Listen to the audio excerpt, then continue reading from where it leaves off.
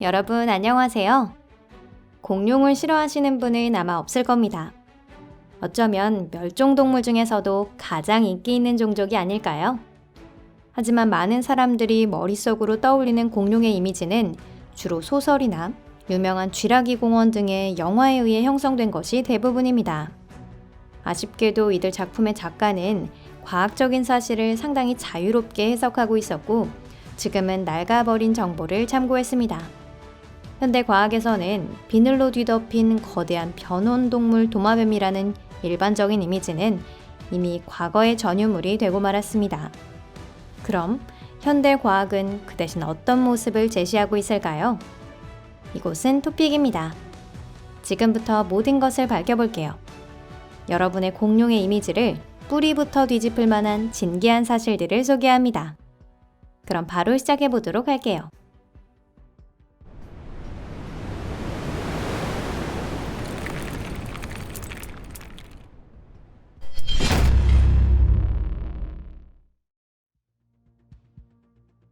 대부분의 공룡들에게는 깃털이 나 있었다. 우리가 알고 있는 공룡의 대부분은 뼈 화석을 통해 과학적으로 존재가 확인된 종입니다. 그렇기 때문에 내부의 장기나 피부에 관해서는 추측에 의지할 수밖에 없는 경우가 많은데요. 그 중에서도 공룡이 현대의 파충류와 관련이 있다는 사실은 금방 알아낼 수 있었습니다. 그 사실을 바탕으로 19세기부터 20세기에 걸쳐 연구자들은 공룡을 현대의 뱀이나 악어, 도마뱀처럼 비늘로 뒤덮인 도마뱀 같은 것으로 상상했습니다. 하지만 1990년대에 들어서며 중국에서 깃털로 뒤덮인 소형 공룡이 다수 발견되는데요. 화석이 발견된 암석에 깃털의 흔적이 남겨져 있었던 것입니다. 현재는 기존에 알려져 있었던 수십 종의 종이 깃털로 덮여 있었다는 사실이 확인되었습니다. 게다가 초기 공룡에겐 이미 깃털이 있었을 가능성이 있다는 건 역시 알게 되었죠. 깃털이 있었다고 확실하게 확인된 종 중에서는 프시타코사우루스 등의 소형종이나 티라노사우루스의 먼 친척에 해당하는 유티라누스 등의 대형종도 있습니다. 티라노사우루스는 깃털은 있었지만 상반신만을 덮고 있었을 것이라 연구진들은 추측하고 있습니다. 공룡은 항온 동물이었다. 우리는 고등학교 생물 수업에서 현대의 파충류는 냉혈동물, 더 정확하게 말하면 변온동물이라고 배웠습니다. 이는 주변 환경의 온도에 따라 체온이 변화하는 동물을 말하는데요. 따뜻한 계절에서는 매우 활발하지만 겨울이 되면 얼면서 휴면 상태가 되는 겁니다. 파충류로 알려져 있던 공룡도 오랫동안 변온동물로 여겨졌습니다. 하지만 최근의 연구를 통해 아마 그렇지 않을 것이라는 사실을 알게 되었는데요. 흔한 이미지와는 달리 공룡의 시대에는 북극에서 남극까지 그 어디에도 열대의 낙원이란 존재하지 않았습니다. 급격한 한랭화가 일어난 시기가 있었고, 또 가장 온난한 때조차도 극지방에는 겨울이 춥고 눈이 많이 오는 온대기후 지역이 있었습니다. 그럼에도 불구하고 극지에서 사는 공룡이 있었는데, 이는 겨울에도 활동했던 것으로 보여집니다. 연구자들은 활용할 수 있는 공룡의 생리적 데이터를 조사하였고, 적어도 대형 공룡에 한해서는 항온 동물이었을 것이라는 결론을 내렸습니다. 체온은 젊은 개체에서는 25도 정도, 성인 개체에서는 35도 정도로 연령에 따라 변화한 것이 아니냐는 독자적인 가설도 있습니다. 공룡은 지금도 살아있다. 널리 알려진 대로 공룡은 현재의 멕시코의 낙하한 운석에 의해 6,500만에서 6,600만 년 전 백악기와 고제 3기 사이인 대량 멸종 기간에 사라졌습니다. 이는 일반적인 상식인데요. 하지만 공룡이 아직 건재하다면 어떨 것 같나요? 심지어 창밖을 봤을 때 지금 바로 공룡의 무리가 보인다고 하면 믿으시겠어요? 헛소리하네 하고 영상을 끄시지 마시고요. 만우절 농담도 아니고요. 장난도 아닙니다. 갑자기 제 머리가 조금 이상해진 것도 아니에요.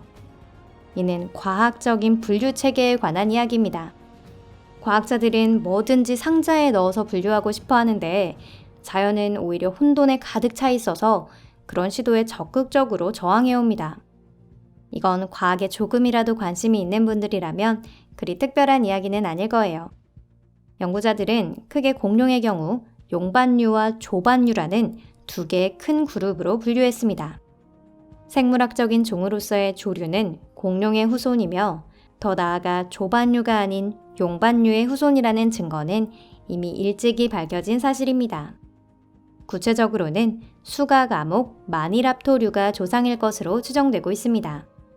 초기 조류와 공룡에 대한 연구가 진행될수록 그 경계선은 모호해졌습니다.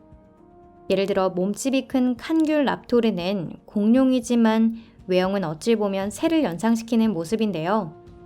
그렇게 고생물학자들은 이 구분을 완전히 없애기로 결정했습니다.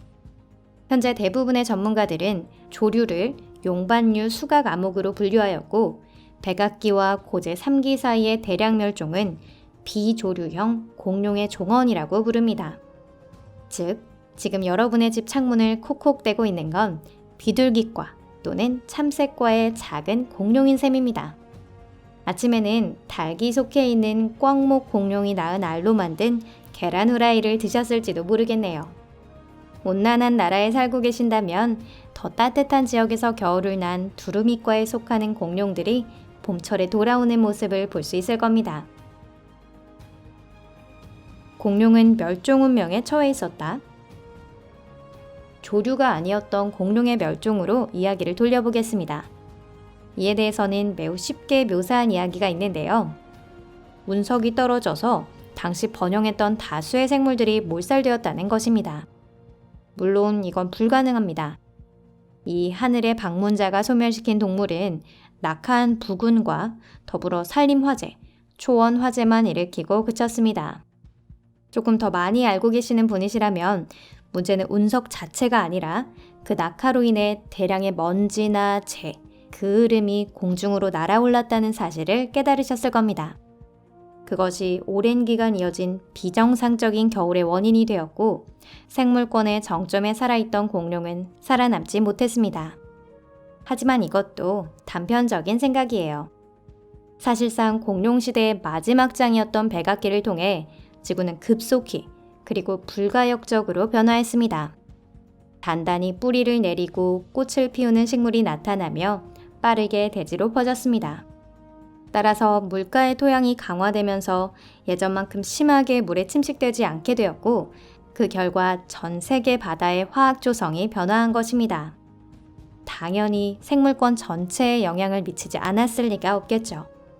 이런 생태계에 큰 영향을 준 것은 바로 포유류입니다. 최초의 개체는 공룡만큼이나 오래 전 시대에 출현했고 그 직접적인 조상들은 더욱 오래됐지만 눈에 띄게 수가 늘어난 것은 백악기에 이르러서입니다. 이 시대의 포유류는 대부분 쥐와 다람쥐 등 소형 동물이었습니다. 티라노사우루스나 트리케라톱스는 이길 수 없었지만 애초에 이길 필요가 없었습니다. 공룡 알이나 갓 태어난 공룡 새끼를 먹고 살았기 때문이죠. 요컨대 공룡 지배 시대의 종말은 어떤 방식으로든 서서히 다가오고 있었던 것입니다. 후에 뭔가 극적인 자연 환경 변화가 일어나면 포유류와 조류에게로 정세가 한꺼번에 기울어질 수 있는 상황이었습니다. 운석이 떨어지지 않았더라도 대륙 이동에 따른 기후변화와 대기 화학 조성 변화 등에 의해 공룡은 희생됐을 것입니다. 그러니 어떤 상황이 벌어졌든 오늘까지 살아남지는 못했을 겁니다. 기껏해야 마다가스카르 등 지구 한 구석 어딘가에 그 후예가 홀로 살아가는 정도였겠죠. 티라노사우루스의 앞다리가 짧은 것은 물어뜯을 수 없기 때문이다. 마지막으로 재미있는 가설을 소개할게요. 이건 어쩌면 사실일지도 모르는 가능성 높은 이야기입니다. 티라노사우루스를 비롯한 일부 대형 공룡의 앞발 문제는 고생물학자들의 오랜 관심사였습니다. 그 앞발은 매우 작아서 자신의 입에도 닿지 않지만 매우 강력했는데요. 무엇이 원인이 돼서 작은 앞발을 갖게 된 것일까요? 다양한 가설 중 가장 흥미로웠던 것은 버클리 대학의 연구자가 제창한 것입니다. 그에 따르면 모든 원인은 티라노사우루스의 특징적인 삶에서 찾아볼 수 있다고 합니다. 젊은 티라노사우루스는 성인만큼 크지도 않고 강하지도 않아 식량도 구하기 어려웠습니다. 공격해오는 상대에게 도망치거나 서로 목숨을 건 싸움에서 자주 졌다고 하는데요. 따라서 간신히 사냥감을 쓰러뜨리기라도 하면 동족 동료끼리 서로 뺏고 빼앗는 치열한 싸움이 벌어졌습니다. 이때 티라노사우루스는 앞다리를 잃는 경우가 많았는데 그렇게 되면 생존 가능성이 낮아지겠죠. 그 결과 다리가 짧아졌고 그렇게 쉽게 물어뜯을 수 없는 튼튼한 앞발을 가진 개체가 진화적으로 우위에 서게 됐다고 합니다. 많은 연구자들이 이 가설에 회의적인 견해를 보이고 있습니다. 게다가 발표된 것이 3월 하순부터 4월 초순까지였기 때문에 많은 사람들이 이를 만우절 농담으로 생각했답니다. 하지만 그렇게 단언하기에는 아직 이릅니다. 다른 가설도 역시 마찬가지로 의심스럽기 때문이고요. 그리고 티라노사우루스와는 관계가 없는 대형 공룡이라도 작은 앞발을 가진 케이스들이 많이 있었습니다. 즉, 많은 공룡들에게 공통되는 어떤 요인이 있었고 그것이 이러한 신체적 특징을 진화적으로 유리하게 만들고 있었다는 것입니다. 사냥감을 둘러싼 치열한 다툼도 그 요인 중 하나였을지도 모르겠습니다. 오늘 영상은 여기까지입니다. 끝까지 시청해주셔서 감사합니다. 영상이 마음에 드셨다면 좋겠네요. 채널 구독과 좋아요, 그리고 여러분의 감상이나 요청을 댓글로 남겨주세요. 그럼 잠시 동안 작별입니다. 다음 영상에서 뵐게요. 안녕히 계세요.